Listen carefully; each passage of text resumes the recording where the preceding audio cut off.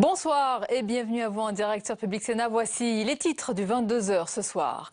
Satisfait mais vigilant, l'Association des maires de France se félicite de la décision du gouvernement de reconduire les aides aux communes pour mettre en place les nouveaux rythmes scolaires. Soulagement donc sur le plan local, mais la bataille se poursuit à l'échelle nationale avec la campagne de l'UMP pour le retrait de cette réforme. Les détails dans ce journal. Manuel Valls attaqué pour ses propos sur les Roms. Le MRAP dépose plainte contre le ministre de l'Intérieur pour incitation à la haine raciale. Ce mouvement contre le racisme avait déjà engagé des procédures similaires contre des anciens ministres de l'Intérieur de droite, Claude Guéant et Brice Hortefeux.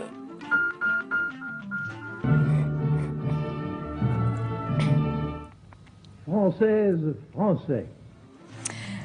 Le général de Gaulle, mais aussi Georges Pompidou, François Mitterrand, Jacques Chirac et d'autres, nous passerons en revue ce soir les discours qui ont marqué la Ve République. Discours et textes choisis par Jean-Louis Debré, le président du Conseil constitutionnel, et notre invité tout à l'heure.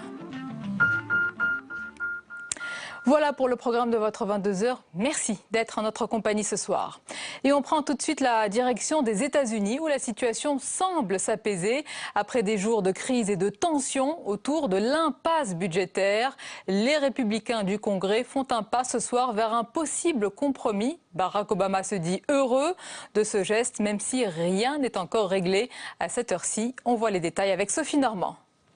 Peut-être une sortie de crise aux États-Unis. Le chef des Républicains vient de proposer un relèvement temporaire du plafond de la dette et tend la main à Barack Obama. Ce que nous voulons faire, c'est proposer au président une possibilité d'aller de l'avant dès aujourd'hui, avec une augmentation temporaire du plafond de la dette, s'il est d'accord que nous organisions une conférence avec les démocrates pour parler du budget, d'un moyen de débloquer le gouvernement fédéral et de commencer à nous occuper des problèmes importants des Américains. Voilà maintenant 9 jours que l'État fédéral américain tourne au ralenti. Conséquence de l'absence d'accord au Congrès sur le budget, le fameux shutdown paralyse de nombreuses administrations. À une semaine pile de la date butoir, le compte à rebours est enclenché. Sans compromis entre républicains et démocrates sur le budget et le plafond de la dette, les États-Unis pourraient se déclarer en défaut de paiement. Le Trésor américain met en garde, les répercussions pourraient être très graves. Si le Congrès ne remplit pas ses responsabilités, cela pourrait profondément affecter les marchés financiers, la reprise économique actuelle, ainsi que les emplois et l'épargne de millions d'Américains. Sans argent disponible, impossible aussi pour les États-Unis d'honorer leurs obligations, comme les retraites, les indemnités santé pour les personnes âgées, les paiements aux militaires et anciens combattants, ou encore les contrats avec des sous-traitants privés.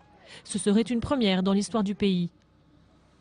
Le MRAP, littéralement le mouvement contre le racisme et pour l'amitié entre les peuples, a annoncé aujourd'hui sa décision de porter plainte devant la Cour de justice de la République contre Manuel Valls. Le mouvement attaque le ministre de l'Intérieur pour, je cite, provocation à la violence, à la haine et à la discrimination raciale en raison de ses propos tenus sur les Roms. Le 24 septembre dernier, Manuel Valls avait alors déclaré sur France Inter, je cite, « Les Roms sont des populations qui ont des modes de vie extrêmement différents des nôtres et qui sont évidemment en confrontation. » Pour le MRAP, ces propos s'inscrivent dans la continuité d'une politique de bouc émissaire, à l'instar de ceux tenus par les ministres UMP de l'Intérieur, Brice Hortefeux et Claude Guéant. Dans l'actualité ce soir, Jean-François Copé ne veut pas qu'on l'oublie. Un an après son match contre François Fillon pour la présidence de l'UMP, eh bien c'est un autre match qui se profile pour la présidentielle et qui le cantonne à jouer les seconds rôles derrière Nicolas Sarkozy et François Fillon. Sur France 2 ce soir, il a donc cherché à marquer son territoire et à se poser en rassembleur. Il s'est également exprimé sur la poussée du Front National et sur son programme qu'il juge absurde. On l'écoute. Le programme du Front National est absurde. Et j'emploie ce mot à dessein, absurde. Qui peut penser que le Front National va apporter des réponses alors qu'il préconise le rétablissement de la peine de mort pour les dealers, l'immigration zéro alors qu'on sait que ça n'est pas crédible et que je préfère de loin qu'on pose la question d'une nouvelle politique d'immigration, on en parlera sans doute tout à l'heure. Le Front National qui propose, comme les socialistes et les communistes, comme Jean-Luc Mélenchon, vous savez, les extrêmes souvent se touchent, de nationaliser les entreprises en difficulté. Avec quel argent ? Satisfait Mais vigilant, l'Association des maires de France se félicite aujourd'hui de la décision du gouvernement de reconduire les aides aux communes pour mettre en place les nouveaux rythmes scolaires. Soulagement donc sur le plan local, mais la bataille se poursuit à l'échelle nationale avec la campagne de l'UMP pour le retrait de cette réforme. On voit tout cela avec Monir Soussi. 250 millions d'euros pour calmer la fronde contre la réforme des rythmes scolaires. Sous la pression des élus, Jean-Marc Ayrault, le Premier ministre, prolonge d'1 an l'aide initialement destinée aux communes qui lancerait la réforme dès 2013. Les communes ne pouvaient pas faire face, elles ont un effet ciseau qu'elles subissent, plus de charges, moins de dotations. Si en plus on ajoutait le coût du passage à la semaine de 4 jours et demi, c'est-à-dire 800 millions d'euros par an, c'était insupportable. Dans l'opposition, les élus doutent de la pérennisation de ce soutien de l'État et craignent même qu'au final, la note pèse sur le contribuable. L'argent n'arrive plus d'État puisque les autres recettes se réduisent aussi. Donc ça veut dire que c'est par l'augmentation des impôts locaux que l'on devrait payer la réforme des rythmes scolaires. C'est pas ce qu'a vendu le gouvernement. Aujourd'hui, moins d'un quart des villes ont lancé la réforme. En plus des difficultés financières pour les communes, des problèmes d'organisation apparaissent. Mais avant de condamner tout le projet, cet élu qui a adopté les nouveaux rythmes scolaires appelle à laisser du temps au dispositif. Je crois vraiment qu'il faut être raisonnable et qu'il faut faire le bilan dès la fin de cette année scolaire-ci, parce qu'avec un quart des communes, on aura une estimation du coût et je fais le pari que le coût ne sera pas aussi élevé qu'on veut bien le dire chez certains politiques. Actuellement, l'État, les communes et les caisses d'allocation familiale contribuent à hauteur de 150 € en moyenne par élève. La possibilité de rendre certaines activités payantes est sur la table, mais très peu de villes ont franchi le pas. La suite du 22h et en notre compagnie ce soir, l'invité, c'est le président du Conseil constitutionnel, Jean-Louis Debré. Bonsoir. Bonsoir. Et bienvenue à vous. Vous êtes aussi l'auteur de nombreux essais politiques, historiques, des romans policiers également. Et vous publiez aux éditions L'Archipel ce livre, Française, Français, ces discours qui ont marqué la Ve République et dont on va parler en détail dans quelques instants. Avec nous également ce soir pour l'analyse politique, Stéphane Rosès. Bonsoir. Bonsoir. Professeur à Sciences Po et président de CAP. Et notre chroniqueur économique, Jean-Louis Gombault. Bonsoir Jean-Louis. Bonsoir Sonia. Et on commence justement par cette actualité aux États-Unis. La situation semble s'apaiser après des jours de crise et de tension autour de l'impasse budgétaire. Les républicains du Congrès font un pas ce soir vers un possible compromis. Barack Obama se dit heureux de ce geste, même si rien n'est encore réglé. À cette heure-ci, on écoute la réaction ce soir de la patronne du FMI, Christine Lagarde. J'espère que d'ici quelques semaines, nous reviendrons sur cet épisode en nous disant quelle perte de temps. Parce que vraiment, tout cela ne servait à rien de s'inquiéter vu que rien ne s'est passé. Mais il faut garder en tête les risques potentiels, même s'ils sont improbables. Voilà pour cette réaction de Christine Lagarde. Jean-Luc Gombault, est-ce qu'on peut dire ce soir qu'on l'a échappé belle? On l'a échappé belle pour le moment. D'ailleurs, Madame Lagarde vient juste à l'instant de parler de risques potentiels. On l'a échappé belle notamment parce qu'il y avait une échéance qui était la fameuse celle du 13 octobre. À partir de ce 13 octobre, vu le système du plafond de la dette américaine, les États-Unis ne pouvaient plus emprunter sur les marchés internationaux. Et la trésorerie américaine leur permettait de tenir jusqu'à la fin octobre. À partir du 1er novembre, il fallait emprunter 4 milliards de dollars par jour qu'on ne pouvait donc plus emprunter. Or, le système américain, sans doute l'Amérique n'est peut-être plus la superpuissance d'antan, mais elle reste le super pilier de l'économie mondiale. Autrement dit, le fait qu'on ne puisse pas relever le plafond de la dette fait qu'on aurait eu carrément un shutdown à l'échelle mondiale. Voilà le scénario catastrophe qui n'était pas tellement probable, mais qu'on devait pouvoir envisager. Mais on l'a échappé belle pour le moment, parce que en fait, les Républicains n'ont donné qu'un sursis de 6 semaines. Oui. Donc on reparle de cette histoire déjà dès la fin du mois de novembre. Ensuite, le shutdown continue. C'est-à-dire que les Républicains refusent de voter les dépenses permettant à l'administration américaine de fonctionner comme elle le faisait jusqu'à présent. Alors on estime que si le shutdown continue jusqu'à la fin décembre, il y a 0,7% de croissance américaine qui disparaît. Autrement dit, l'économie américaine retourne en récession.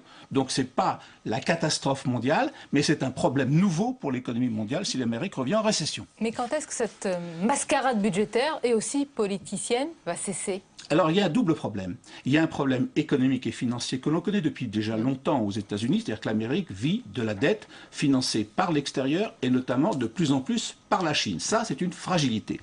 Et puis, dans cette fragilité, il y en a une seconde qui est une fragilité institutionnelle. Le système du financement public américain ne fonctionne pas du tout comme en France.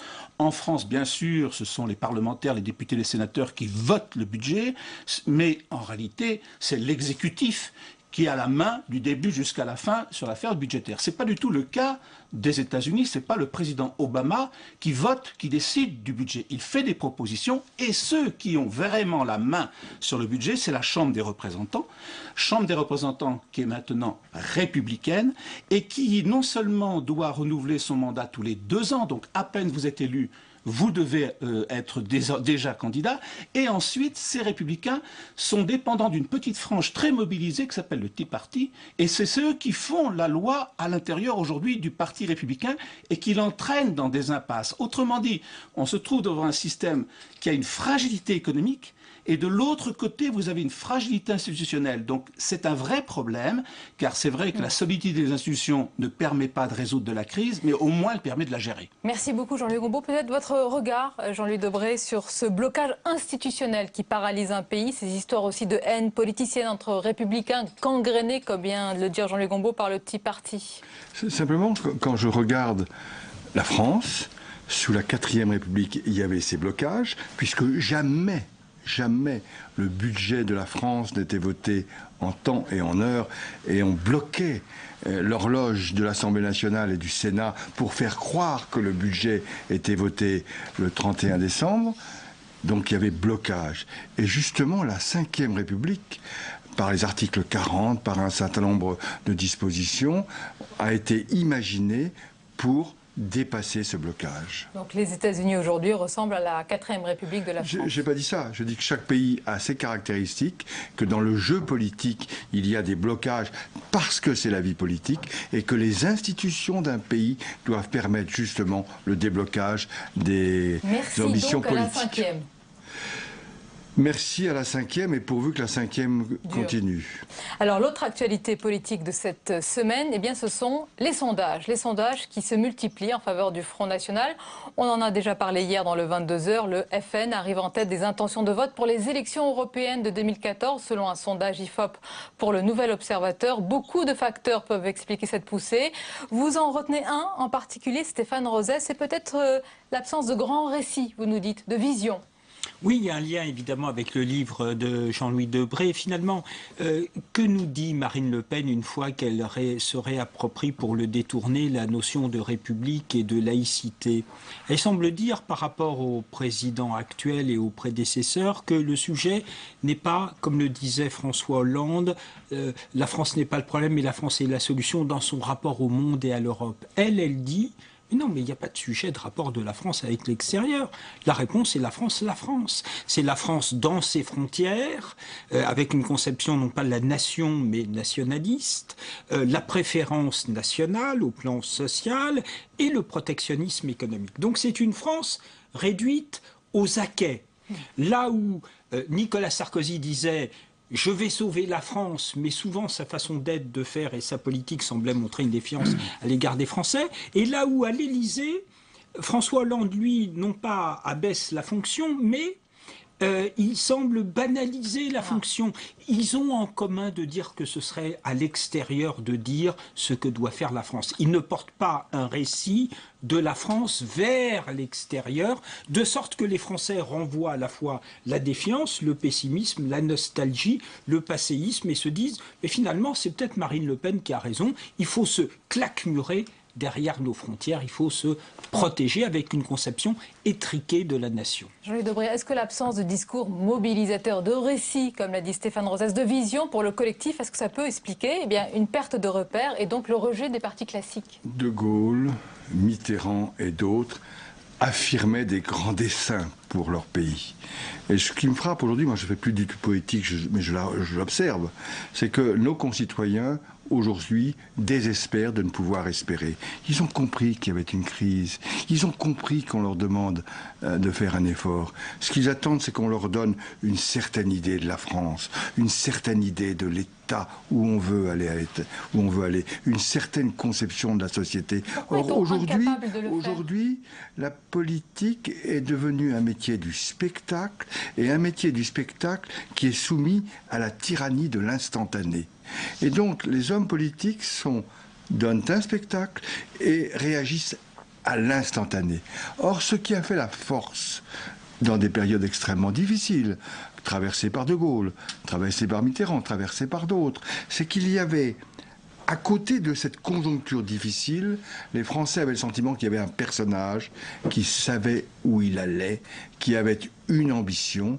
Alors on peut ne pas la partager, cette ambition, c'est pas le problème, mais qui donnait la voix. Or, aujourd'hui, je trouve que le grand drame de la politique, en général, et je ne fais pas de politique en particulier. Bon, vous en faites un petit peu là, oui. Non, creux, je ne prends pas parti. Je dis qu'aujourd'hui, on a besoin d'un idéal, d'une ambition, et si vous voulez faire gagner un peuple, vous le faites en lui assignant un grand avenir ou un grand idéal. Un mot sur la montée du vote protestataire ou des populismes ou des extrêmes. Comment lutter, selon vous, contre cette poussée, cette pression? Quelle est la meilleure méthode? Est-ce qu'il faut mieux s'en approcher pour l'étouffer, quitte à parfois parler le même langage, ou au contraire rester sur ses fondamentaux pour mieux le dénoncer? C'est une question générale. Ne me faites pas venir. Vous reconnaissez qu'elle est générale, cette oui, question. Mais je reconnais aussi que vous êtes très habile pour me faire arriver sur un terrain sur lequel je ne veux pas arriver. Moi, j'ai fait ce livre pour rappeler, à travers la Ve République, que nos responsables, qu'ils soient de droite ou de gauche, ont eu plusieurs périodes. Il y a eu la période où l'obsession, c'était quelles institutions pour la France, puis il y a eu une seconde période, quelle Europe pour la France? Vous voyez qu'à chaque fois, un grand dessin. Quelle société pour la France? Et est-ce que l'environnement est un problème qui préoccupe les Français? Et donc vous prenez, qu'ils soient de droite ou de gauche, ces hommes qui ont donné du souffle à la France, eh bien, ils avaient un grand dessein, une ambition, et ils l'ont fait partager. Alors, Jean-Louis Debré, pour ce livre, pour cet ouvrage, vous avez relu des centaines de discours et vous en avez rassemblé un grand nombre qui ont donc marqué la Ve République. Comment les avez-vous sélectionnés? D'abord, à force de lire tous ces discours et de les avoir entendus, je me suis demandé, en me mettant dans le noir, quel discours on se souvient, du moins on se souvient de la musique, mais pas des paroles. Alors vous prenez un certain nombre de discours, les discours naturellement de Gaulle, de Malraux, mais aussi de Mitterrand. De Mitterrand député, on ne tire pas sur des libertés à coups de baïonnette, de Mauroy disant la gauche et la France marchent d'un même pas, la nouvelle société. Oui, et je me dis mais qu'est-ce qu'il y a derrière ces discours? On a oublié les textes. Donc la première démarche a été de remettre des textes derrière des idées qui avaient été lancées. Qu'est-ce que voulait dire Mitterrand quand il disait on ne tire pas sur des libertés à coups de baïonnette? Qu'est-ce que voulait dire De Gaulle ou Jean Moulin, Malraux quand il accueille Jean Moulin? Donc voilà, c'est la musique. Et puis après, je me suis dit, à travers tous ces discours que j'ai lus, quelles étaient les préoccupations des grands responsables politiques? Et donc, à travers ces discours, on voit quelles ont été les préoccupations de nos dirigeants. Parce qu'à l'époque, au début de la Ve, ce qui est important, c'est de savoir si les institutions qui sont une rupture par rapport à la Quatrième vont survivre à De Gaulle. Alors il y a les beaux et les grands discours attendus, bien écrits, bien pensés, puis il y a les surprises de l'histoire, de la grande histoire, celles qu'on ne voit pas arriver et qui vont marquer justement cette histoire. Quand De Gaulle à Phnom Penh fait la leçon aux Américains, quand François Mitterrand va à la Knesset et dit ce qu'il pense face aux Israéliens, plus qu'un discours, c'est un acte de courage, on ne va pas dans le sens de celui qui nous accueille. C'est un acte d'indépendance. Mais le discours de Phnom Penh, on le voit arriver progressivement. On voit très bien comment De Gaulle a commencé à vouloir se débarrasser de la présence américaine, sortir de l'organisation militaire de l'Alliance Atlantique, et puis progressivement on arrive avec la reconnaissance de la Chine, et on arrive aux Américains, alors qu'on s'est débarrassé du problème algérien. Tout se tient à dire aux Américains, ne faites pas comme nous. rien ne se réglera par la guerre. Quand Mitterrand va à la Knesset à Jérusalem, on voit très bien le parcours personnel de Mitterrand qui a commencé avec le PSU de l'époque et qui a commencé à affirmer la reconnaissance de l'Israël. Il s'est marqué et il a voulu à un moment donné, et ce qui est très intéressant dans ces discours, c'est que ces grands personnages, naturellement, ils ne sont pas aveugles de la situation économique et des réalités. Mais malgré ces situations, malgré les crises, malgré les difficultés, ils réaffirment un certain nombre de grandes options. Et ils le réaffirment souvent aussi, ça arrive au Parlement, à l'Assemblée nationale et au Sénat, ce sont les fulgurances de Lamartine, de Chateaubriand, de Jaurès. Et donc on devrait se demander pourquoi aujourd'hui il n'y a plus ces fulgurances. Alors naturellement... J'allais presque vous rappeler l'épisode d'hier, mais je n'ose pas quand on caquette comme une poule. C'est pas une fulgurance, c'est du médiocrité. Ah bah, ça je le sais bien, la médiocrité. Vous ne pouvez pas comparer ce qui s'est passé hier à Lamartine, Jaurès... par rapport à ce qui se passait c'est que d'abord, contrairement à ce qu'on pense, la loi que l'on vote est devenue une loi qui empêche les grandes échappées littéraires. Pourquoi? Parce que aujourd'hui, sous la Troisième République, la loi c'était un instrument qui fixait quelques grandes libertés, la liberté d'association, la liberté syndicale. Et alors là, on permettait aux personnages qui montaient à la tribune de s'exprimer, non pas sur des dispositions précises pour savoir si on va filer 50 € à telle disposition, mais sur des grandes options. Deuxièmement, le débat parlementaire était beaucoup plus libre et beaucoup moins corseté qu'aujourd'hui. Et enfin, les députés n'avaient pas de collaborateurs. Moi, je me souviens, tout petit, de mon père, n'avait pas de bureau à l'Assemblée, écrivant ses discours. Or, aujourd'hui, la loi est devenue un instrument technique. Juste un chiffre, si vous permettez. Le Code des lois, qui chaque année récapitule toutes les lois votées par le Parlement français, est passé du début de la Ve République de 400 grammes à 6 kilos. Les lois sont devenues des catalogues faites par les techniciens, pour des techniciens. On a oublié l'exposé des motifs. Or, sous la troisième et la quatrième, c'était l'exposé des motifs et c'était des libertés. À Stéphane Rosès. Non, vous avez raison, vous êtes là pour ça. Je vais laisser la parole à Stéphane Rosès et Jean-Louis Gombault. Juste un mot, parce qu'un bon discours aussi doit contenir des références littéraires ou historiques. Et puis, c'est une spécificité française. Chaque camp, chaque parti, chaque famille politique possède sa galerie de héros totémiques, son enfer d'ennemis emblématiques, ses dates fétiches et ses dates repoussoires. Et vous, si vous aviez une date, un discours, un personnage. Moi, il n'est pas dans le livre, c'est Ernest Renan. Car Ernest Renan, dans une conférence à la Sorbonne, a dit qu'est-ce qu'une nation? C'est un rêve d'avenir partagé. Un référendum permanent. Un référendum de tous les jours. De tous les jours. Stéphane Rosès, Jean-Louis Gombault. Oui, ce qui est frappant dans votre ouvrage, c'est que finalement, ce qui retient l'histoire, la mémoire que vous sélectionnez, c'est ce qui s'inscrit justement, Hollande avait utilisé, il avait dit chaque nation a une âme. C'est effectivement, ce sont des discours qui rentrent dans l'imaginaire français. Vous avez raison, Sonia, de dire que certes la gauche et la droite peuvent avoir leurs références, mais la dispute de la gauche et de la droite vise à assembler un pays tellement différent que chacun doit donner son contenu à une idée de la France. Et la France, c'est pas la somme des Français. Une société, c'est pas l'économie. La politique, c'est pas une technique, c'est une symbolique, c'est une onction, et ce sont des éléments qui ne sont pas suffisamment pris en compte par nos élites, qui étant internationalistes, benchmark les choses. Ils mésestiment la dimension symbolique de la politique. Absolument. D'accord. Totalement. Jean-Louis Gombault. Oui, tout à l'heure, vous avez réussi à résumer en quelques mots le fait que Mitterrand, De Gaulle avaient pu donner un dessin. Quelle institution pour la France? Quelle Europe pour la France? En quelques mots, ça serait quoi le dessin qu'on pourrait formuler aujourd'hui? Puisque vous avez réussi à le faire pour les prédécesseurs. Je le cherche.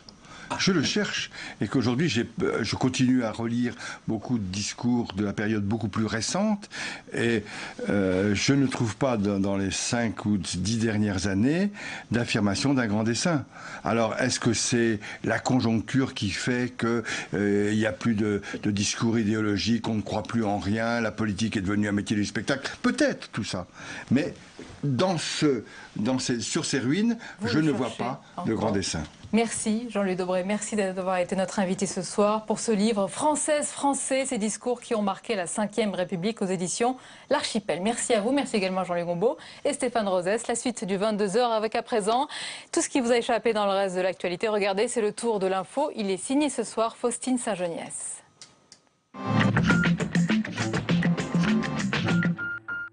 Bernard Tapie visé par une enquête pour fraude fiscale. L'information a été dévoilée aujourd'hui par le journal Le Monde. Le ministère des Finances soupçonne Bernard Tapie de vouloir échapper au fisc français.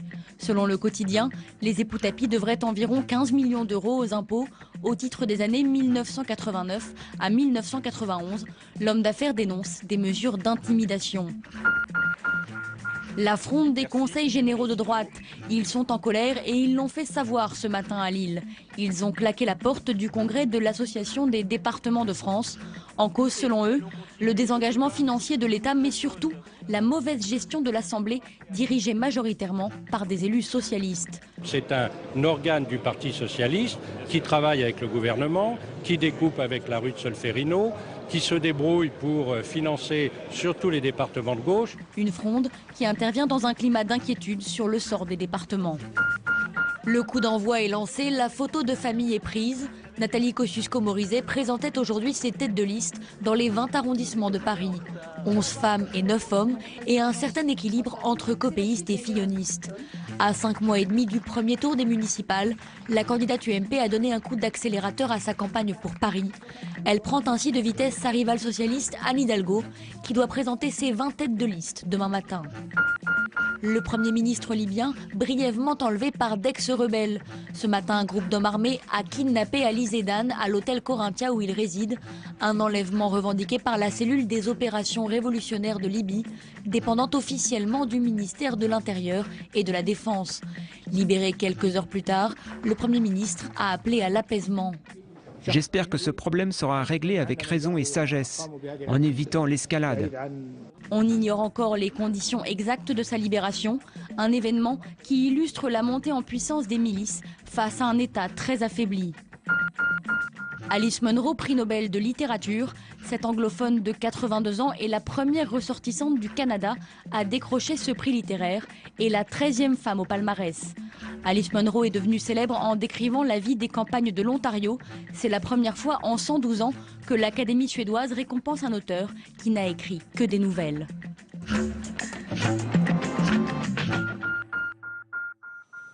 Et comme tous les jeudis, la semaine d'actu croquée par notre dessinateur Hervé Baudry. Regardez.